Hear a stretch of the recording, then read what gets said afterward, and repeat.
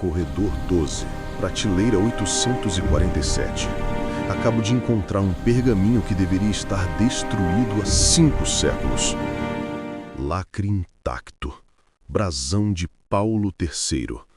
E quando eu quebrei, 3 palavras em latim me fizeram gelar. Ossa sancti arcerunt. Os ossos do santo foram queimados. Vocês conhecem a história. Henrique VIII quis se divorciar. O Papa disse não. A Inglaterra se separou de Roma. Mas o que tenho nas mãos prova que Henrique não desafiou Deus. Ele declarou guerra a ele. Bem-vindo ao segundo corredor, onde um rei matou um santo e o Papa condenou sua alma para sempre. Você está no canal Mundo dos Fatos, onde desenterramos os segredos que a história tentou apagar. Se este documento te arrepiou, inscreva-se agora e ative o sino, porque o que vem a seguir é ainda mais perturbador. O processo sombrio. O início da ruptura que nem Roma ousou prever. As vozes do passado não começam com gritos, começam com sussurros. E em 1530, esses sussurros atravessavam corredores dourados, conventos silenciosos e câmaras reais sombrias, anunciando algo que ninguém queria admitir. A Inglaterra estava prestes a desafiar o próprio trono de São Pedro. Henrique VIII, já cansado de um casamento que não lhe dava um herdeiro masculino, buscava não apenas uma anulação, mas uma justificativa para reescrever seu destino. E cada passo que lhe dava em direção a isso espalhava um frio estranho sobre toda a Europa. Roma recebeu a carta dos 85 nobres ingleses como se fosse um pedido. Mas ao tocá-la, Clemente VII sentiu que aquilo era menos um pedido e mais um ultimato silencioso.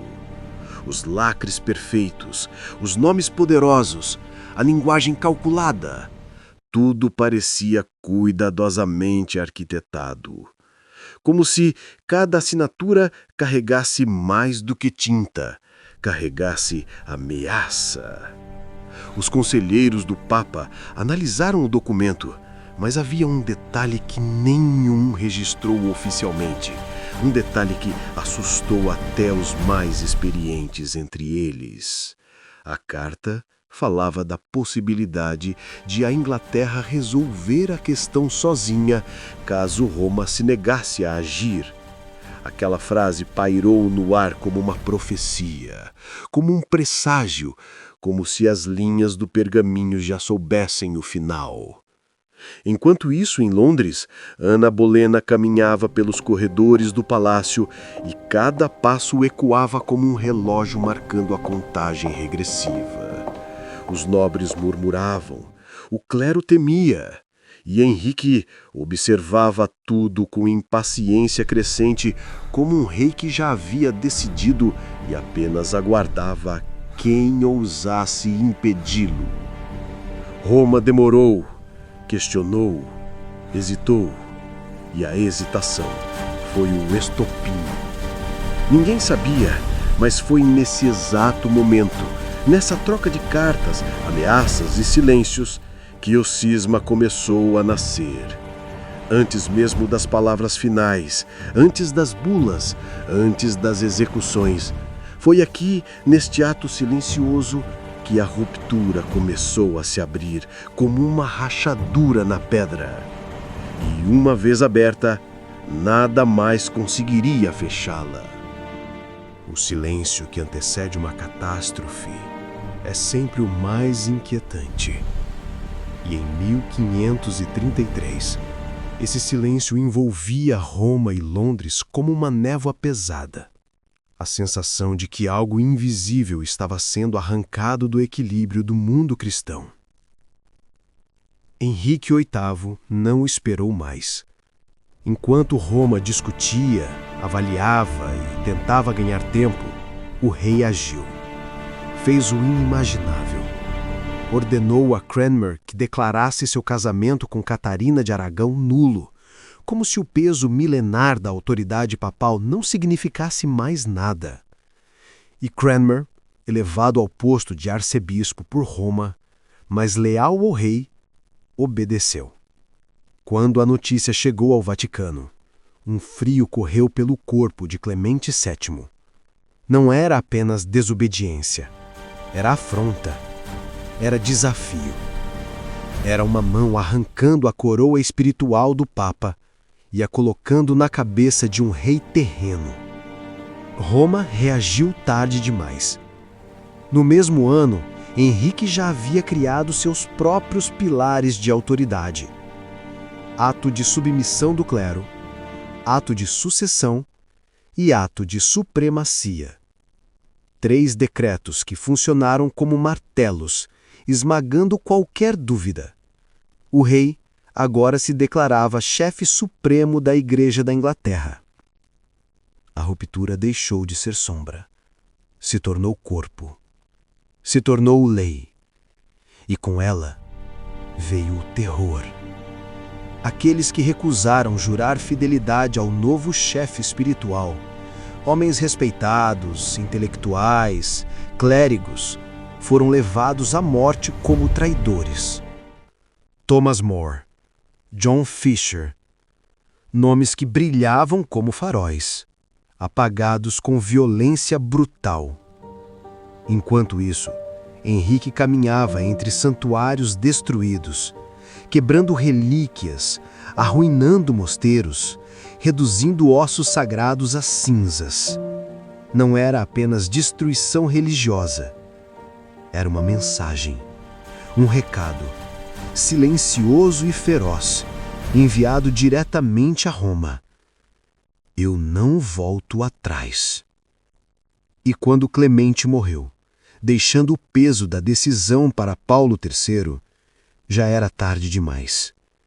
O novo Papa encontrou um reino em guerra espiritual, templos profanados e o santuário de São Tomás de Canterbury, o mais sagrado da Inglaterra, transformado em pó pelo próprio rei. Para Roma, aquilo não foi um insulto, foi um sacrilégio, foi o limite.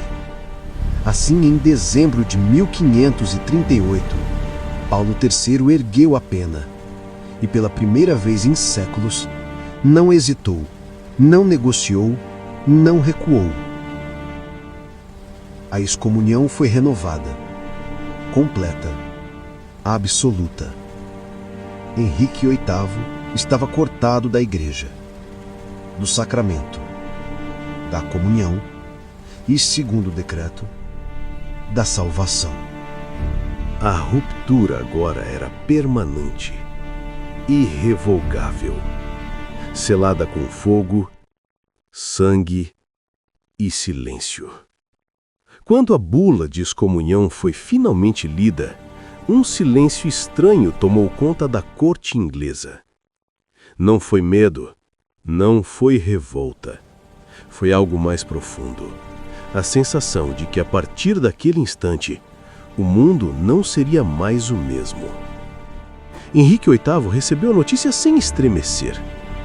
Mas as paredes do palácio pareciam encolher, como se guardassem um segredo que o rei preferia ignorar.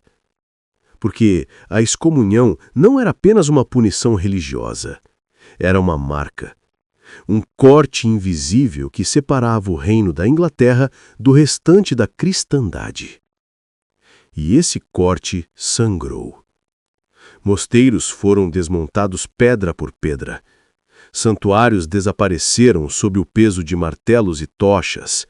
Relíquias milenares, algumas veneradas desde a Idade Média, foram quebradas, queimadas, reduzidas a pó.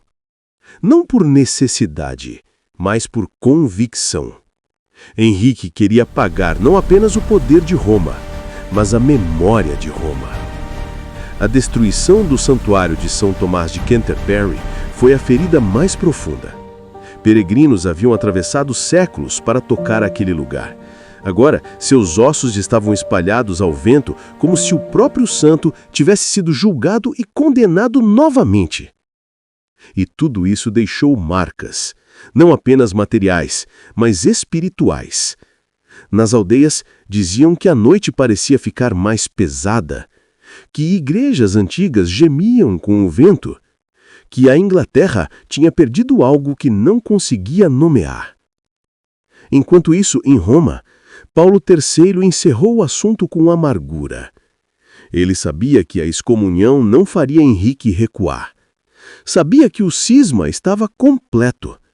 E sabia que o que havia começado como um pedido de anulação terminara como uma ferida aberta que dividiria o cristianismo por séculos. E dividiu.